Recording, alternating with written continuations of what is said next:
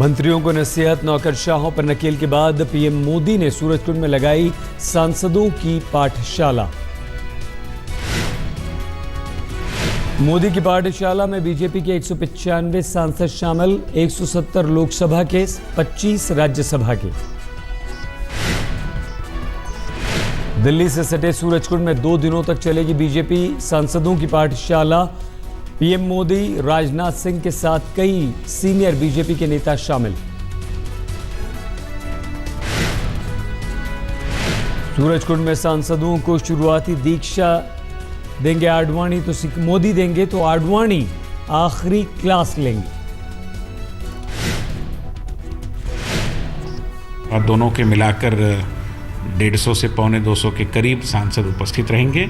माननीय प्रधानमंत्री संसदीय दल के नेता के रूप में और देश के प्रधानमंत्री के रूप में भी इस प्रशिक्षण वर्ग का उद्घाटन करेंगे।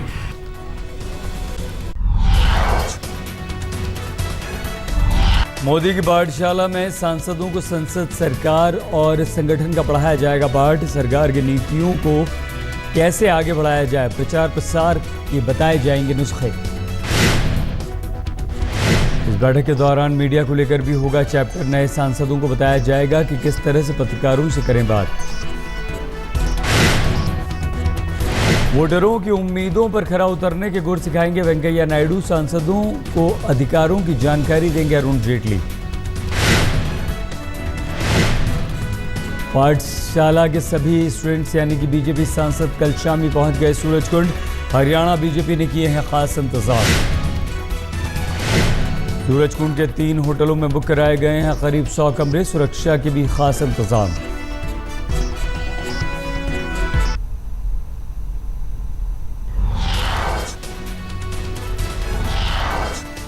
इराक में फंसे भारतीयों को निकालने के लिए भारत ने तेज की मुहिम। फारस की खाड़ी में भेजा जा रहा है युद्धपोत।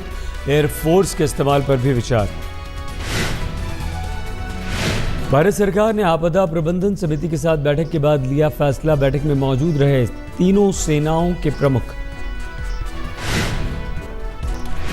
मौसूल में 39 भारतीयों को आईएसआईएस के आतंकवादियों ने बंधक बनाया है। टिकरीत में केरल की 46 नर्सों को भी आतंकवादियों से खतरा। यूजीसी के आगे झुका डीयू। 3 साल का कोर्स लागू करने को तैयार। 4 साल का कोर्स हुआ रद्द। डीयू और यूजीसी के बीच सुलह फॉर्मूले पर रजामंदी। सोमवार से शुरू होगा एडमिशन। दिल्ली यूनिवर्सिटी ने यूजीसी को लिखी चिट्ठी, कहा उसके निर्देशों के मुताबिक तैयार किया जा रहा है कोर्स। नॉर्थ कैंपस में 8 फैकल्टी के बाहर छात्रों ने मनाया जश्न। 3 साल का कोर्स लागू होने का किया स्वागत। महाराष्ट्र के मुख्यमंत्री के सिर से हटी तलवार। सूत्रों के हवाले से खबर, नहीं बदले जाएंगे चव्हाण। महाराष्ट्र, हरियाणा, असम के मुख्यमंत्री बदले जाने को लेकर कांग्रेस में चल रहा था मंथन। फिलहाल महाराष्ट्र और हरियाणा के मुख्यमंत्रियों को मिला जीवन दान। सूत्रों की खबर, दोनों जगहों पर विकल्पों के अभाव में हुआ फैसला। चुनाव में कम वक्त को देखते हुए भी मुख्यमंत्री न बदलने पर लगी मुहर। कांग्रेस की हार को लेकर एंटनी कमेटी की रिपोर्ट में आज महाराष्ट्र का नंबर। बैठक में हिस्सा लेने दिल्ली में है चव्हाण। हार पर चर्चा के लिए बुलाए गए हैं 3 प्रमुख नेता। मुख्यमंत्री के अलावा प्रदेश अध्यक्ष माणिकराव ठाकरे भी रहेंगे मौजूद।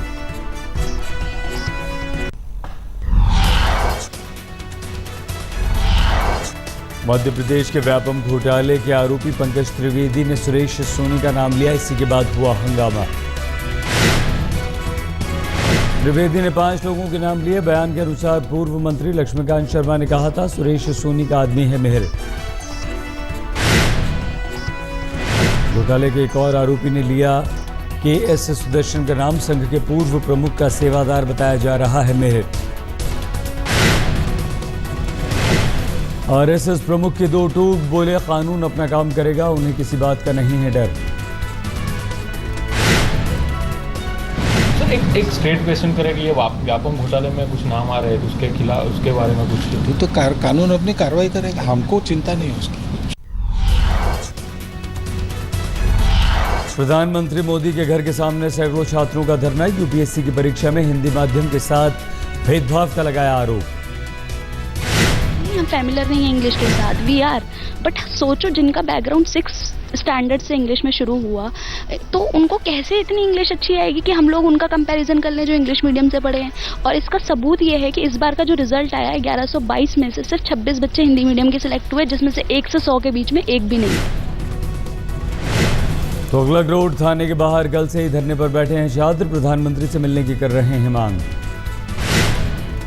2011 तक हिंदी मीडियम या प्लस अन्य क्षेत्रीय भाषाओं का ग्राफ 50% के अराउंड होता था। उसके बाद से ये ग्राफ बिल्कुल डिटेरियोरेट कम होता चला गया। तो इस बार बिल्कुल 2.5 से 3% ही लोग हिंदी प्लस अन्य क्षेत्रीय भाषाओं का आईएएस में सिलेक्शन हुआ है। यूपीएससी में सिविल सर्विसेज एप्टीट्यूड टेस्ट को खत्म करने की है छात्रों की मांग। अभी तक नहीं मिला है कोई भी सरकार का नुमाइंदा। धरने पर बैठे छात्रों को पुलिस ने चारों ओर से घेरा था। किसी को बाहर निकलने और अंदर जाने की नहीं थी इजाजत। बाहर से आ रहे छात्रों को नहीं दिया जा रहा था अंदर जाने। धरने की जगह तक नहीं जा पा रहे थे। खाने पीने का सामान ले जाने पर भी पुलिस ने लगा रखी थी रोक।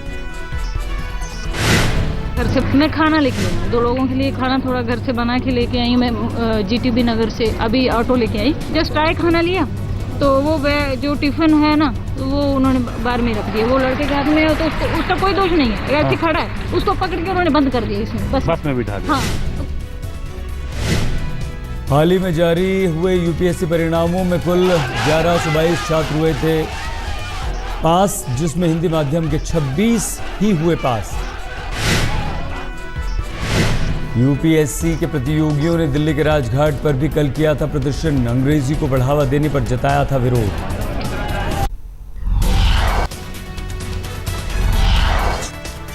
बाबा बर्फानी का पहला दर्शन होगा आज। अमरनाथ यात्रियों का जत्था करेगा दर्शन।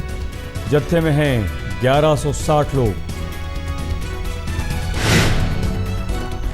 शिव के भक्तों के लिए बहुत ही अच्छी खबर। अमरनाथ में करीब 20 फीट का बर्फ का शिवलिंग ले चुका है आकार। अमरनाथ में सुरक्षा के कड़े इंतजाम। भक्तों के लिए 3 टायर सिक्योरिटी का है इंतजाम।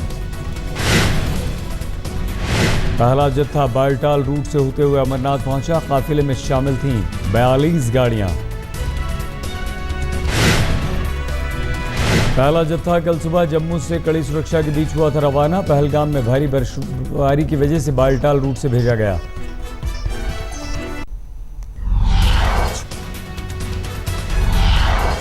ब्राजील में चल रहे फुटबॉल वर्ल्ड कप के नॉकआउट मैच आज से होंगे शुरू। अंतिम 16 के दौर का पहला मुकाबला मेजबान ब्राजील और चिली के बीच।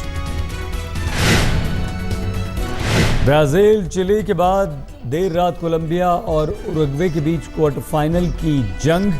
अपने स्टार खिलाड़ी लुइस सुआरेज के बिना उतरेगी उरुग्वे। सुआरेज के झटके से उबरने की कोशिश में उरुग्वे। कोच ताब्रेज का बयान, टीम ने पहले भी कई बड़े मैच खेले हैं सुआरेज के बिना।